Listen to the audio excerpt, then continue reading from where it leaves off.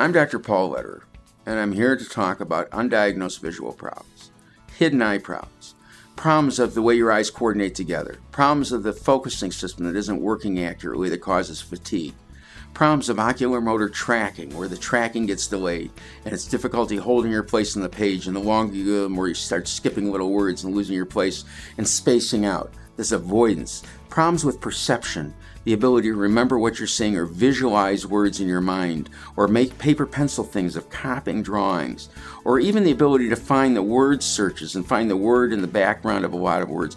These problems go undiagnosed, and they don't relate to sight and the need of glasses. In one aspect, we're looking at vision beyond sight of glasses to look at how their eyes coordinate together, eye teaming disorders, binocular vision disorders, or focusing problems where the inability to focus causes fatigue, or these coordination systems aren't working well and the loss of place and misreading little words. Tracking, perception, the imagery of how you see words, or the ability to copy in paper pencil.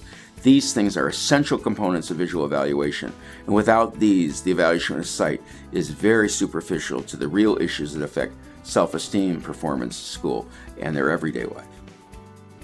I love what I do because I work with children and adults with vision problems.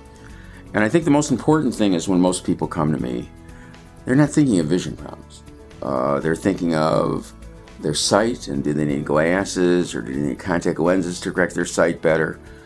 Do they have a wandering eye that needs surgery? Do they have any health problems with their eyes? And that becomes the primary source of what most people think is vision.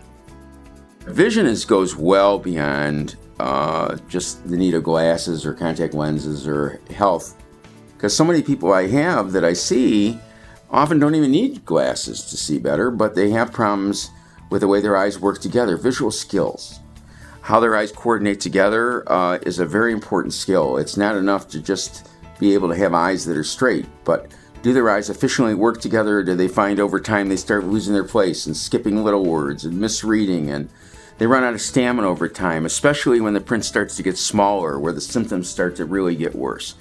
I went through school with these vision problems, and nobody ever diagnosed me, and all I knew was reading was boring. I would start reading okay, and then I'd start to skip around and reread and lose my place, and the longer I read, the worse it got, and then I'd just find myself spacing out and looking for things to distract me. I think the biggest problem is this avoidance is often misdiagnosed and often thought as an attention deficit. Yet the child will sit and listen to you read all day long to them, and they have good attention. It's not like some children don't have attention deficits, don't get me wrong, but this child, I can read this book to this child all day long, and they don't have a problem, and yet when they have to sit down and read, it's a nightmare. So we can separate out these things, and so important is to differentially diagnose, to look at the uniqueness of how testing should have you teach a way of path of least resistance. Where are they having problems? What are they good at? I love finding out what they're good at. I often work through what they're good at, where they have good self-esteem, to find out where they have difficulty and infiltrate. If you've had a problem your whole life, you don't know what to compare it to. So to you, this is the way it is. And so often the misdiagnosis becomes dumb, stupid, lazy, bored. I went through this, and for years, not knowing that I could read longer, it was just boring, and you couldn't get me to do it. Reading out loud is a nightmare. They don't miss the big words. Reading problems, they can't decode and encode the big words. Vision problems, they start misreading and substituting the little words, losing the endings, the punctuation.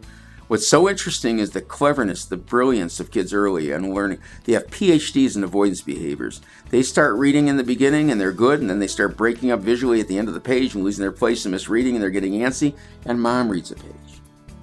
Now they love that auditory learning. The mom finishes the page, then they read. They're okay, then they start breaking up, then mom reads the page. Eventually, if they can work it, they get mom to read the whole thing to them. All because they're avoiding a physical visual problem that's smack in the way of their ability for them to understand, comprehend what they're reading. It's not that we're looking at reading, but we're looking at the visual system that gets in the way when they read. So the problem is that when these things are a physical coordination problem, and they start to change quickly, and they understand what it is we're looking for, and I try so hard to communicate to the child themselves. The child is my patient. It is not the parent. They are the ones I'm accountable to. So the more I can achieve getting them to understand what we're looking for And then we start to work with them. And often when I'm testing them, I said, oh, did you get the same strain when I was testing your eyes as when you read longer? And they go, I don't need a book, do I? It's really the visual system. When your eyes are starting to break down, it gives you the same strain. You want to figure, how do I get out of here and not do? Watch how that changes. And as that changes, the symptoms go away. And it's that recognition, is that change in their face, that awareness that maybe this wasn't their fault, that is the center of what brings my heart and soul to be able to never back away from this. It isn't just identifying the visual problem, but it is. It isn't just knowing the symptoms, so when the symptoms go away, they can see that there is a change and it's valid. It isn't just looking at perception processing and knowing how they learn and how to help them learn better. It's the change in their self-esteem, their self-worth, the idea that they're more than they think they are. That's the essence of what I love doing and what I love seeing evolving and changing.